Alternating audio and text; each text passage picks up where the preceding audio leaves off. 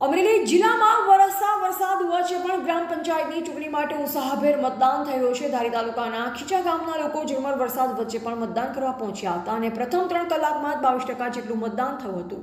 વહેલી સવારથી જ મતદારોમાં ઉત્સાહ જોવા મળેલ હતો। વરસાદી વાતાવરણ વચ્ચે પણ લોકો પોતાના મતનો ઉપયોગ કરવા માટે મતદાન મથકે પહોંચ્યા। ધારી તાલુકાના ખીચાજર સહિતના ગામોમાં શાંતિપૂર્ણ મતદાન સવારના 7 વાગ્યાથી લઈ બપોરના 12 વાગ્યા સુધી એવરેજ 28% મતદાન। 28 ગ્રામ પંચાયત પૈકી 16 ગ્રામ પંચાયતનું મતદાન જ્યારે 12 ગ્રામ પંચાયત સમરસ જાહેર કરવામાં આવેલ।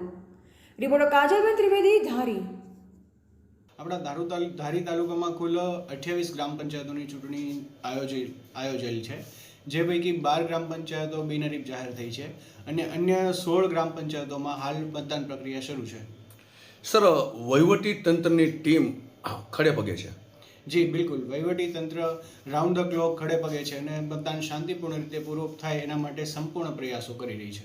સાહેબ, સરેરાશ 11:30 વાગ્યા સુધીમાં તાલુકાનું મતદાન કેટલું છે જાણવા મળી શકે? જી, કુલ 7 થી 11 સુધીનું પ્રોગ્રેસિવ મતદાન આપણા તાલુકાનું 28% જેવું હાલ 11 વાગ્યા સુધીમાં થયેલ છે। શાંતિપૂર્ણ માહોલમાં આખા તાલુકામાં મતદાન થઈ ગયું છે? ચોક્કસ।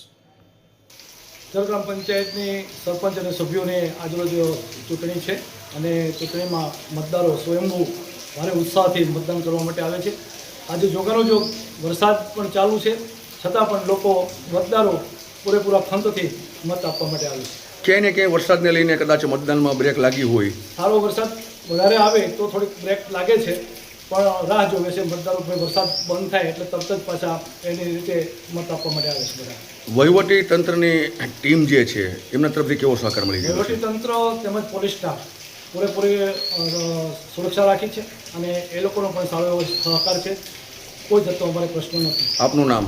અમુભાઈ લલિયા, એક સદસ્ય તાલુકા પંચાયત ધારી। એકંદરે શાંતિના માહોલમાં મતદાન થઈ રહ્યું છે? સરસ રીતે શાંતિના માહોલમાં મતદાન શરૂ છે।